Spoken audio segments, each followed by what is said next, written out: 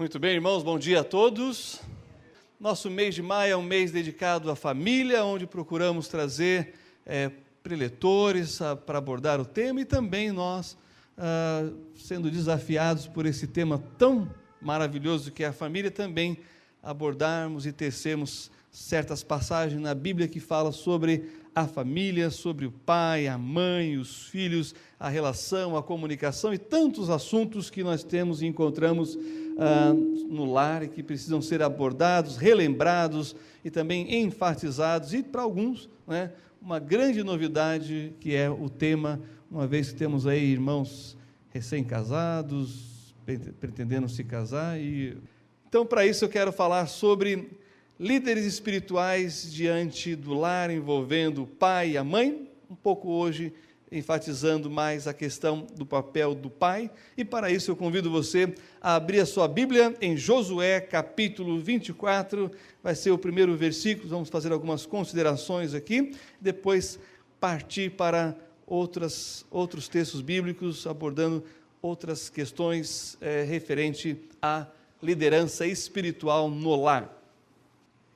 Josué capítulo 24, versículo 15, nós temos aí Josué, o sexto livro da Bíblia, depois de Gênesis, Êxodo, Levítico, Números e Deuteronômio, você encontra Josué, e é o último capítulo 24, versículo 15. Se você já chegou lá, diga amém. Se não chegou, diga espera. Vamos esperar então aí alguns chegando. Em Josué, capítulo 24, versículo 15, é o último capítulo antes de Juízes. Muito bem? Acompanhe então comigo a leitura desse texto que diz, palavra de Samuel: porém, se vos parece mal aos vossos olhos servir ao Senhor, escolhei hoje a quem sirvais, se aos deuses a quem serviram vossos pais, que estavam além do rio, ou aos deuses dos amorreus, em cuja terra habitais, porém eu e a minha casa serviremos ao Senhor.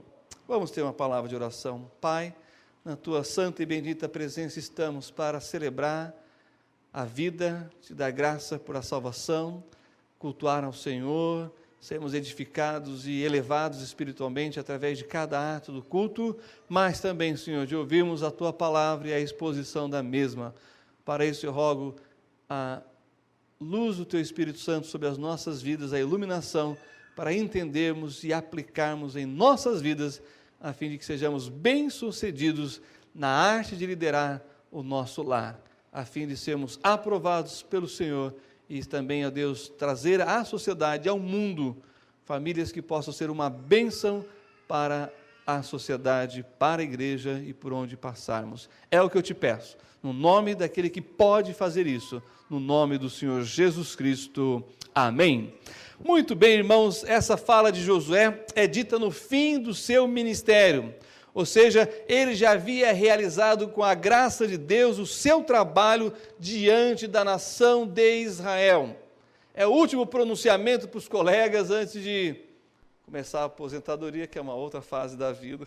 Alguns já têm pensando em se preparar para lidar com essa fase. Aliás, já tem até livros escritos sobre como ter uma aposentadoria abençoada, saudável, livros evangélicos, inclusive, sobre o tema. Então, é nesse contexto de tarefa cumprida, de anos dedicado à nação de Israel, à conquista da terra prometida, que ele se levanta e faz essa declaração. A pergunta então é: o que levou Josué a ser esse grande líder espiritual diante de seu lar?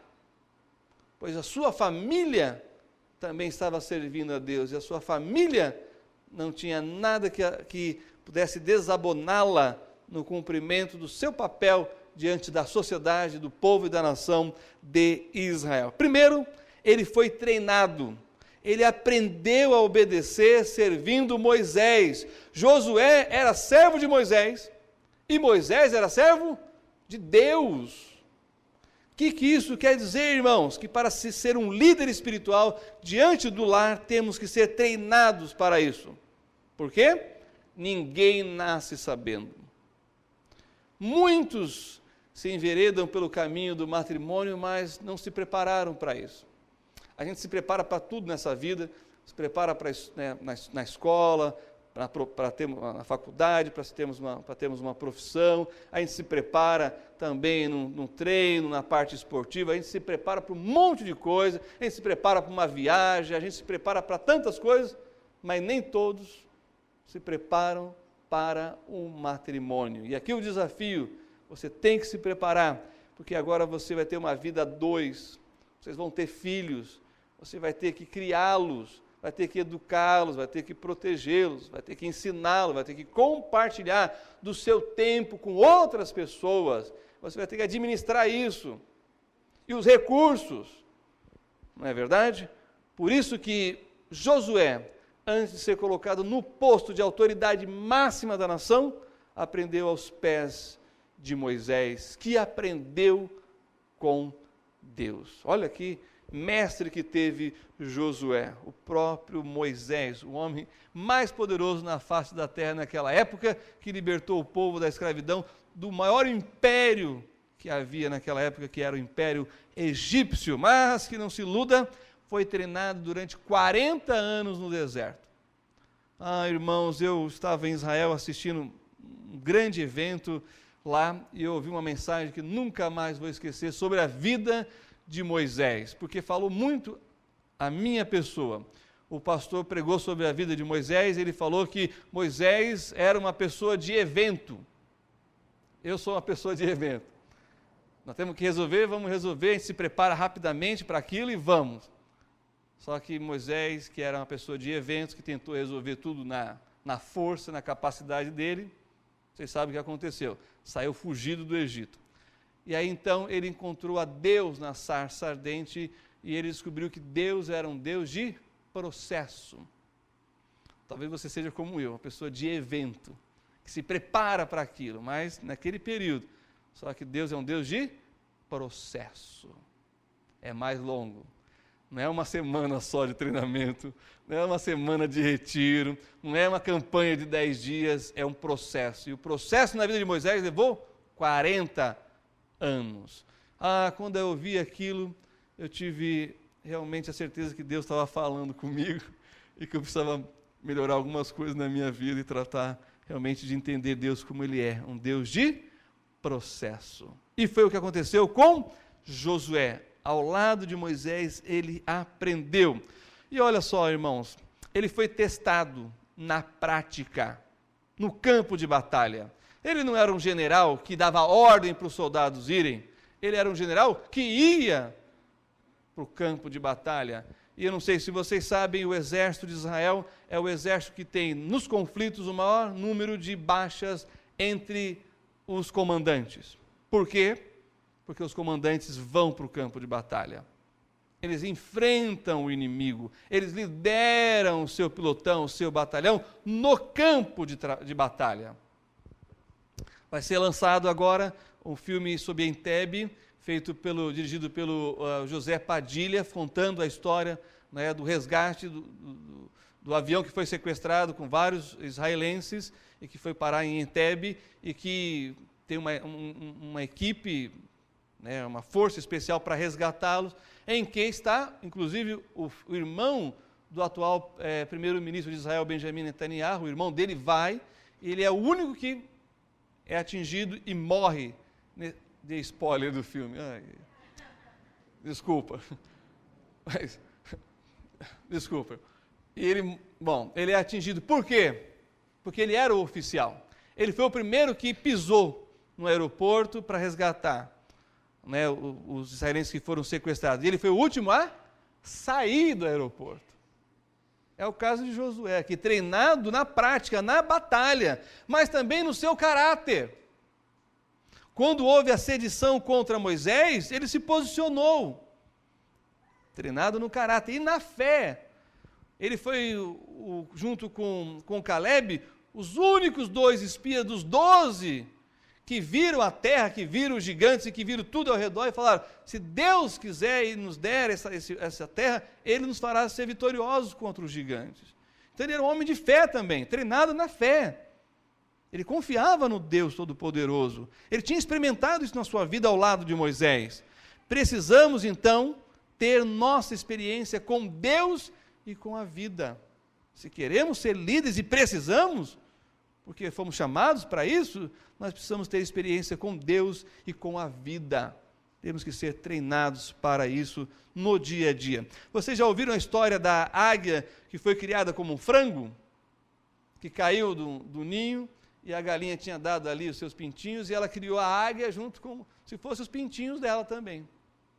Mas aí essa águia foi crescendo e ela teve a consciência de que era águia. Quando? Quando ela comeu um dos pintinhos. Ou seja, uma hora você tem que ter a consciência. E a consciência dos desafios da vida. E aí como você vai enfrentar? Vai se tornar, vai pensar que é um frango? Ou vai reconhecer o que você é? Uma águia.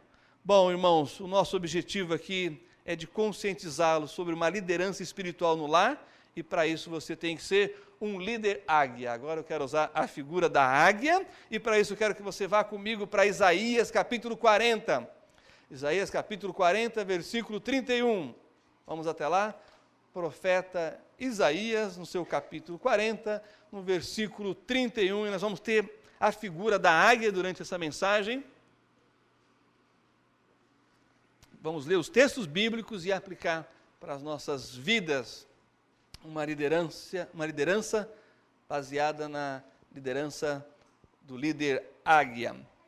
Profeta Isaías, capítulo 40, versículo 31, nós lemos o seguinte, acompanhe comigo a leitura. Mas os que esperam no Senhor renovarão as forças, subirão com asas como águias, correrão e não se cansarão, caminharão e não se fatigarão. É um texto muito bom para apresentar o Deus de processo. Porque no processo você vai correr, você vai caminhar, e você vai subir, e você terá renovações das mais variadas na sua vida. E a promessa é, se você for como a águia, não se cansar e não se fatigar. Então, vamos lá. Muitas vezes a figura da águia é apresentado na Bíblia como ilustração de muitos conceitos, muitas verdades que Deus quer ensinar ao seu povo, né? A figura da águia já foi usada também como símbolo nacional pelos egípcios e os romanos, e atualmente é símbolo nacional americano, né? E eu não sei se você sabia, quase entrou em extinção. Imagina, se a águia, esse animal de rapina, esse animal que domina os ares, os céus, né, pode entrar em extinção, não há garantia nenhuma de que você também não corra esse risco. Por isso que é importante saber de algumas coisas que a Bíblia tem a nos ensinar para sermos vitoriosos, embora, como águias, também corremos riscos. Bem, é claro que a Sociedade de Proteção dos Animais entrar em ação, e uma das coisas que eles constataram é que o que preservou essa águia da sua extinção, dos seus predadores, e eu não estou dizendo nenhuma outra ave, sim o homem, é a dificuldade de onde as águias colocam seus ninhos, nas árvores mais altas, nas montanhas mais altas, para proteger os seus filhotes. Então percebo que há um instinto aí já de autopreservação, de sobrevivência, escolhendo os lugares mais elevados para criar a prole, né? E aí então é interessante que essa águia, que é a águia chamada americana, a águia de cabeça branca ou águia careca, gostei desse título aqui, né? É bem assim, significativo, né? Porque prevalece. Os filhotes, então, irmãos, devem suas vidas à habilidade de seus pais, se tratando de águias. E nós vamos observar e destacar e contrastar a figura da águia com o ofício e o privilégio e a responsabilidade de ser homem, mulher, pai, mãe, líder espiritual no seu lar. Então, primeira coisa, ao criar os ninhos no topo das árvores mais elevadas, esse líder águia quer trazer o que para os seus filhotes? Proteção. Abra comigo agora Ezequiel, profeta Ezequiel, avança aí, Jeremias, Lamentações, e você chega em Ezequiel, capítulo 17. Olha só o que nós encontramos, Ezequiel, capítulo 17, versículos 3 e 4. Primeiro aspecto da águia líder, proteção para a sua cria, a sua prole. Profeta Ezequiel, capítulo 17, versículos 3 e 4, diz assim: E disse, assim diz o Senhor Deus, uma grande águia, de grandes asas, de plumagem comprida e cheia de penas de várias cores, veio ao Líbano e levou o mais alto ramo de um cedro. E as árvores, o cedro do Líbano, e eu vi essa árvore também no norte de Israel, é realmente linda. É o que dá aquele formato, né, de pirâmide que está na bandeira, inclusive, do Líbano, que é simplesmente uma das bandeiras mais lindas das minhas preferidas. Versículo 4, e arrancou a ponta mais alta dos seus renovos e a levou a uma terra de mercância, né, de comércio, numa cidade de mercadores a pôs. Então nós temos aqui a parábola da águia e da videira, e eu quero destacar exatamente esse aspecto, o ninho no topo das árvores mais altas que eles, as águias, o casal, encontram. Enquanto está no ninho, a mãe águia protege os filhotes do sol. É claro, mais alto, mais próximo do sol, né? Mais raios ultravioletas do sol incidindo sobre ali os filhotinhos que precisam de proteção. Porque já viu como é que nasce uma águia? Sem uma pena. Então não há proteção e não tem protetor solar da mãe águia passando nos filhos, que hoje é a coisa mais comum. Eu vi hoje lá no banheiro dos meus filhos um protetor Kids fator 60.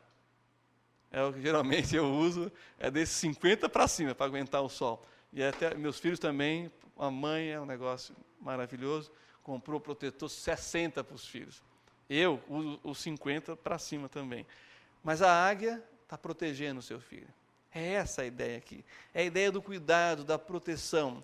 Mas antes de sair à caça, ela empilha os ramos que o marido trouxe, né, o papai águia, para proteger os filhotes do calor. E olha, levar um ramo de cedro para o lar, a cada procriação revela o cuidado e a preocupação que são características da proteção. O lar deve ser um porto seguro para os filhos e não uma trincheira de guerra. A guerra é lá fora. Em casa tem que ter paz, proteção através da compreensão, do cuidado, do interesse e da cautela. O lar deve ser um porto seguro. Mas também essas águias seguem um princípio bíblico que é o exemplo. Vá comigo para 1 Coríntios, capítulo 11, versículo 1, e nós vamos ler aqui esse versículo que é um desafio a todos nós para as nossas vidas espirituais. 1 Coríntios, capítulo 11, versículo 1, nós temos as palavras do apóstolo Paulo. Olha só o que ele vai dizer. 1 Coríntios, capítulo 11, versículo 1, diz: Sede meus imitadores, como também eu. Quem é o padrão? Cristo. Nós podemos, irmãos, aprender com a experiência de muitas pessoas. Os irmãos que têm mais tempo de casado, os irmãos que têm mais experiência profissional, os irmãos que têm mais experiência de vida, de anos vividos, ou irmãos que não têm tanta idade assim, mas que experimentaram coisas das quais nós não vamos experimentar. Eles podem compartilhar, eles podem distribuir a sua experiência para a gente, mas ainda assim o nosso padrão é mais elevado, o nosso padrão é mais alto, o nosso padrão é o próprio Senhor Jesus Cristo. É Ele que é referência. Por que eu digo isso? Porque se nós focarmos demais no homem, nós podemos nos decepcionar. Mas se focarmos demais em Cristo, jamais nós iremos nos decepcionar. Mas o alvo, então, é sempre sermos imitadores de Cristo e poder dizer para os nossos filhos: nos imitem naquilo que nós imitamos a Cristo. E olha só, as águias se casam e é para sempre. Como acontece nos casamentos de muito tempo, das águias, não é? O macho empurra a fêmea para fora do ninho, para que ela descanse depois de ter ficado muito tempo aquecendo os ovos. Essa parte é boa. Sabe o que quer dizer? Esse negócio de dupla jornada, tem que ter companheirismo aí, tem que ter parceria. É por isso que eu já comprei uma boa máquina de lavar roupa, uma boa máquina de lavar louça. Mas eu sei fazer essas... Não, lavar roupa eu não sei. Mas lavar louça eu sei. Agora nós temos 2 filhos, estão treinados nisso. Está uma bênção, irmão. E assim vai.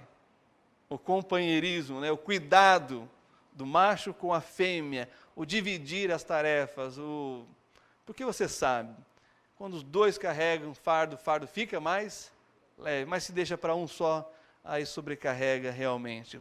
Porque você sabe, o exemplo vale mais do que 1000 palavras. Você pode falar demais, mas se você fizer de menos, não adianta nada. O estar junto e se preocupar um com o outro é o maior exemplo que podemos dar e receber. Em terceiro lugar, além do exemplo, além da proteção, a águia também é um animal que parece ter um ar assim, uma áurea de sabedoria. Não é só a coruja. Mas já viu a águia voando, como ela parece que tem um domínio de tudo que está debaixo da visão dela? Esse é um ar de sabedoria. E eu convido você a ler agora comigo Provérbios capítulo 22, versículo 6, um texto bem conhecido, mas que deve ser relembrado nesse momento. Provérbios capítulo 22, versículo 6, e nós encontramos o seguinte, acompanhe comigo. Diz assim: educa a criança no caminho em que deve andar, e até quando envelhecer, não se desviará dele. A maior sabedoria, Provérbios vai dizer, é o temor ao Senhor, é estar junto com Deus, é aprender dele. E olha que sabedoria tem as águias. A águia bota 2 ou 3 ovos de uma vez. O primeiro filhote é sempre maior, mais forte e mais bonito. Posso ouvir um amém dos primogênitos? Obrigado. Não está isso no meu texto, mas eu acrescentei agora. E a competição pela comida é coisa séria no ninho das águias. No entanto, cada filhote, olha só, é alimentado de acordo com sua necessidade e apetite. Eles são diferentes uns dos outros, portanto, são criados de maneiras diferentes. E este é um princípio que os pais sábios devem adotar. Você tem que perceber que os seus filhos são diferentes. Por quê? Eles são criação única de Deus. E assim, cada um tem seu propósito distinto no plano do Senhor. Não dá para ter o mesmo padrão de exigência para todos os filhos, sendo que eles são diferentes. Não no aspecto de moral, no aspecto de conduta, de certo e errado, mas no aspecto de personalidade. São diferentes. Eu estudei com irmãos gêmeos, daqueles idênticos, siameses. Estudei 4 anos e demorei 4 anos para saber quem que era um e quem que era o outro. Mas quando eu percebi, aí ficou fácil. Porque mesmo sendo gêmeos siameses idênticos, eles tinham características diferentes. Leva tempo para conhecer, leva tempo para identificar, mas é necessário. Por quê? Porque se você dá um ensinamento padrão, uma educação padrão, um atendimento, uma preocupação padrão, você vai deixar de atender às necessidades peculiares a cada um deles. Irmãos, o ensino nas escolas tem que ser padrão, mas o ensino em casa é particularizado, é individualizado. Você tem que se preocupar em entender, em conhecer, em identificar e descobrir as personalidades que estão ali no seu convívio, no seu habitat natural, que é o lar, que é a casa. Por isso, a sabedoria das águias em dar a quantidade certa para a necessidade certa de cada águiazinha é aplicado na nossa vida. Quando nós olhamos para os nossos filhos, identificamos e vemos a diferença entre eles, ou entre as pessoas que convivem debaixo do mesmo teto. E em quarto lugar, o desenvolvimento. Olha só, ainda em Provérbios, vá para o capítulo 4, volta aí algumas páginas, Provérbios, capítulo 4, e nós vamos ler o versículo 18, que fala sobre isso, desenvolvimento.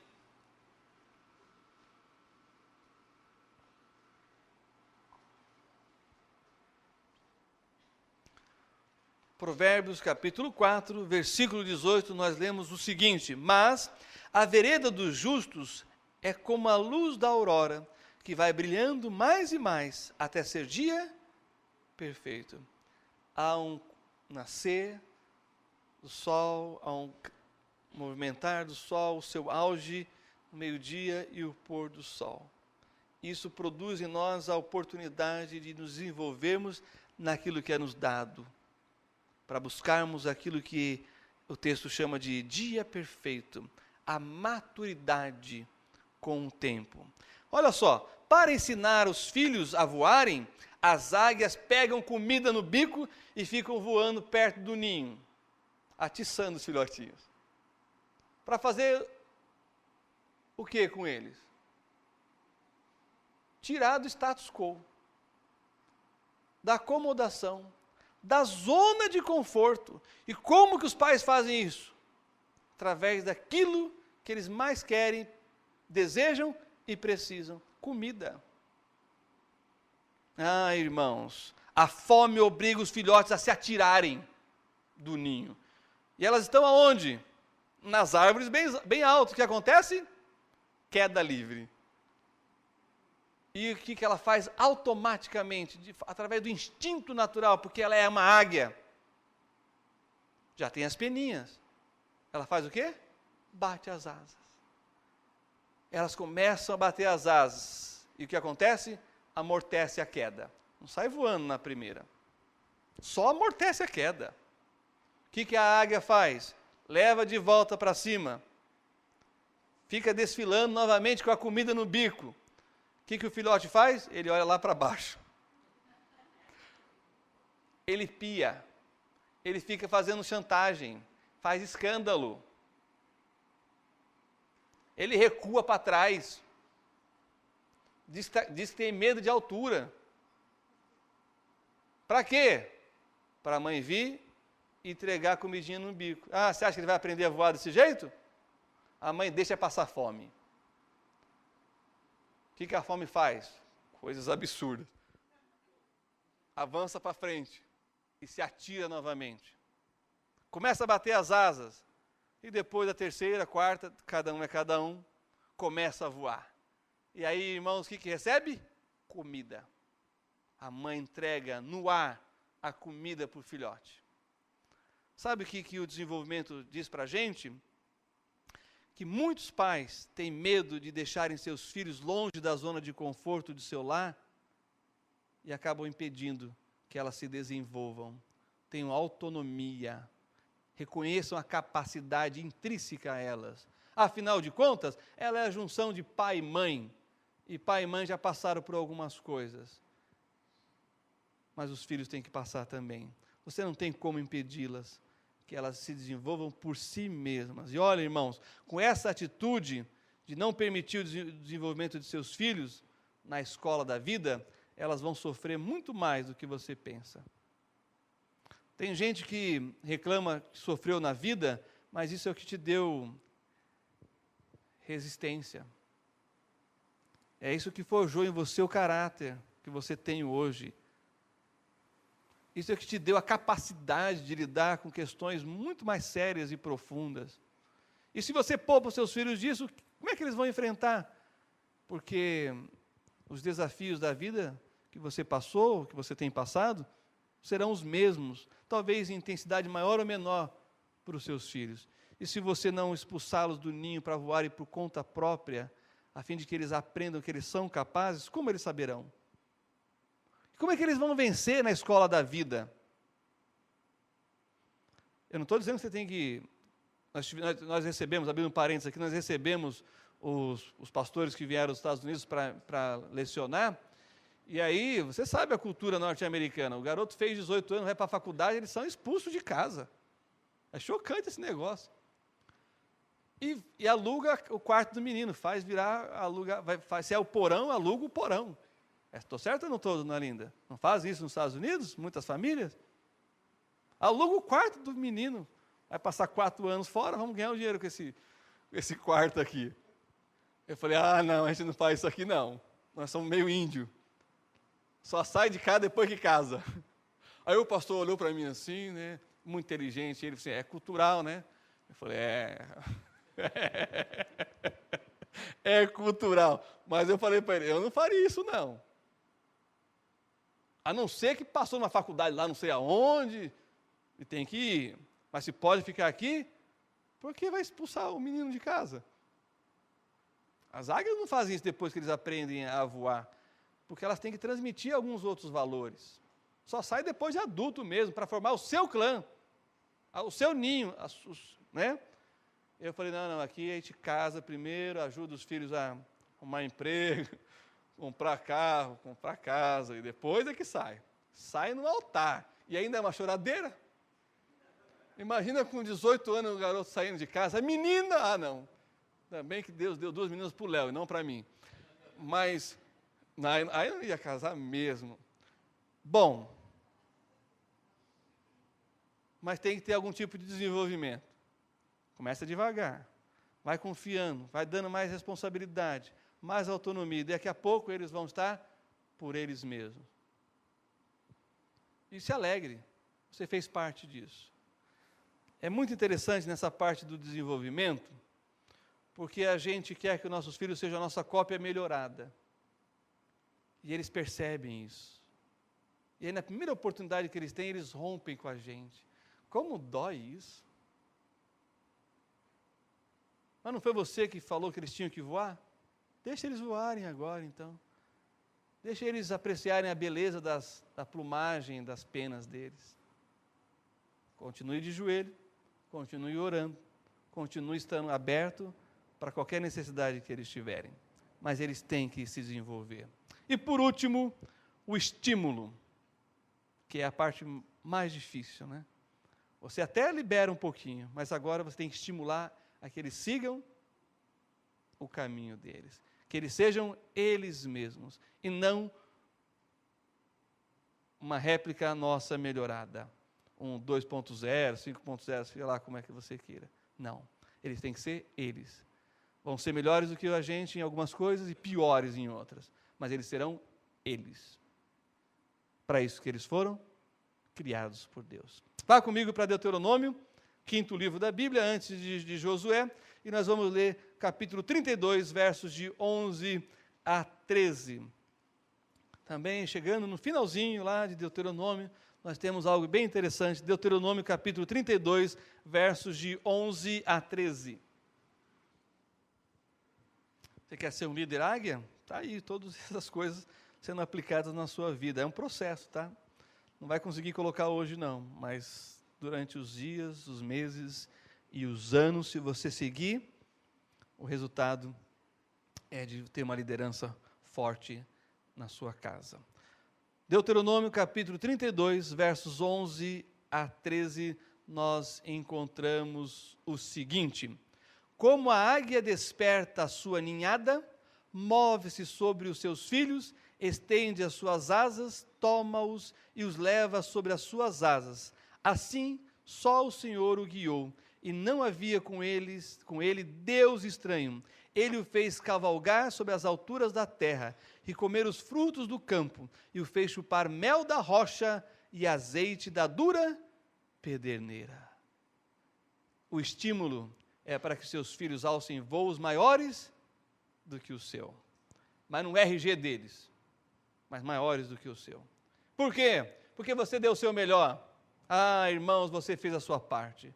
Você contribuiu com tudo que você podia. Pode não ter sido tudo que ele precisou, mas era tudo que você podia dar.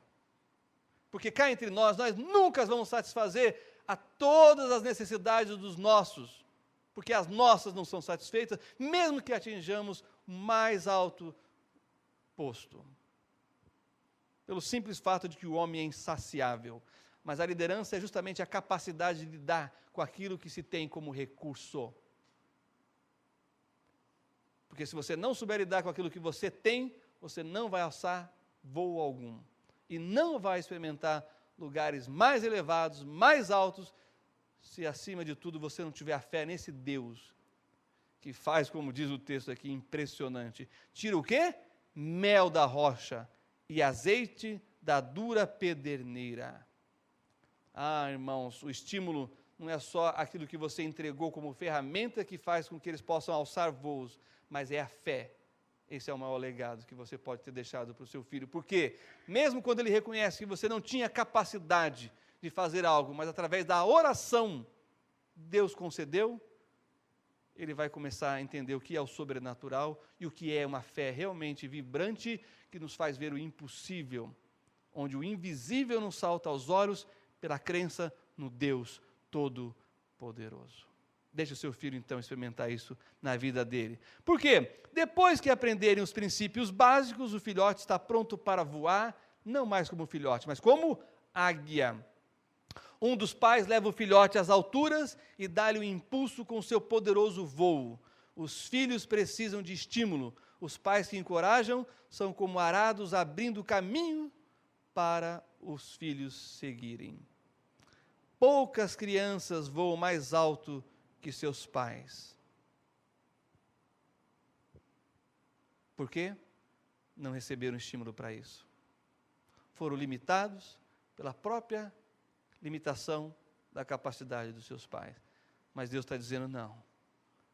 Leve eles para o mais alto que você puder, que aquilo que você não puder, eu farei. Nosso maior estímulo é dizer para os nossos filhos que nós estamos orando por eles, para que eles sejam melhores do que eles são agora. As águias são pais dirigentes, eles são modelos dignos de serem seguidos por nós. O planar das águias nos faz elevar os olhos para onde, irmãos? Para o céu. E sabe o que acontece quando uma águia envelhece? Você já ouviu falar da síndrome do ninho vazio, quando os filhos casam e vão embora? O que você faz? Você compra um cachorrinho. Compra um pet, para tentar preencher o vazio. Mas eu quero falar o que as águias fazem quando elas envelhecem. Não podem mais gerar e não tem mais esse ofício de criar novas águias. Suas penas ficam velhas, uma crosta envolve seu bico e suas garras. Então ela sobe na montanha mais alta do vale e inicia um processo doloroso de renovação física. Já está constatado pelo pessoal que estuda, raramente você encontra um cemitério de águias. Raramente se encontra ossos de uma águia que morreu. Porque mesmo quando ela vai morrer, ela vai para o lugar mais difícil, de difícil acesso, para que ninguém saiba que ela acabou. Mas antes disso, tem o processo de renovação física, em que ela sobe nessa montanha e ela procura a rocha mais dura. E o que ela faz? Ela se atira contra aquela rocha e com o bico e com a garra ela bate, e bate, e bate até sangrar, e bate até a crosta sair. E depois o que ela faz? Quando ela está sangrando, mas sem crosta, ela vai para esse ninho escondido e ela própria arranca suas penas, uma a uma, e dói. É por isso que muitos morrem antes do tempo, porque deixam a crosta tomar conta, ao invés de enfrentá-la, porque dói. Ah, irmão, as coisas doem na vida, dói mesmo, mas é a oportunidade que você tem de se renovar. E depois nascem as penas novas, sem a crosta no bico, sem a crosta nas garras, e essas águias voltam para o convívio. E aí você vai vê-las planando novamente. Talvez seja isso que você precisa iniciar, uma renovação espiritual diante de Deus e de sua família. Mas não se iluda, haverá dor. Mas talvez é a única chance que você tem para fazer a diferença e ser um líder no seu lar.